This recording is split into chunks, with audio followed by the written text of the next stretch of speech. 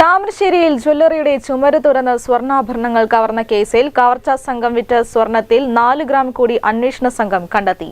കേസിലെ പ്രതി പൂനൂർ പാലത്തലയ്ക്കൽ നിസാറിനെയും കൊണ്ട് കൽപ്പറ്റയിലെ ഒരു ജ്വല്ലറിയിൽ നടന്ന തെളിവെടുപ്പിനിടെയാണ് മോഷണം മുതൽ കണ്ടെടുത്തത്. ജനുവരി 24-നാണ് താമരശ്ശേരിയിലെ റന ഗോൾഡിൽ മോഷണം നടന്നത്.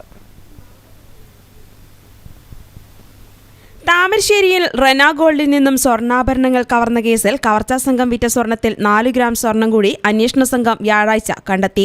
കേസിലെ പ്രതി പൂനൂർ പാലന്തലയ്ക്കൽ നിസാറിനെയും കൊണ്ട് കൽപ്പറ്റയിലെ ഒരു ജ്വല്ലറിയിൽ നടന്ന തെളിവെടുപ്പിനിടെയാണ് മോഷണം മുതൽ കണ്ടെടുത്തത്. കോഴിക്കോട് റൂറൽ ജില്ലാ പോലീസ് മേധാവി ഡോക്ടർ അരവിന്ദ് സുകുമാറിന്റെ നേതൃത്വത്തിലുള്ള പ്രത്യേക അന്വേഷണ സംഘം വ്യാഴാഴ്ച നിസാറിനെയും മറ്റൊരു പ്രതിയായ മുഹമ്മദ് നിഹാലിനെയും തെളിവെടുപ്പിനായി കസ്റ്റഡിയിൽ വാങ്ങിയിരുന്നു. കവർച്ച ചെയ്ത് വിൽക്കുകയും പണയം വെക്കുകയും ചെയ്ത സ്വർണത്തിൽ ബാക്കിയുള്ളത് കണ്ടെത്തുന്നതിനായി ഇരുവരെയും കൊണ്ട് തെളിവെടുപ്പ് തുടരും.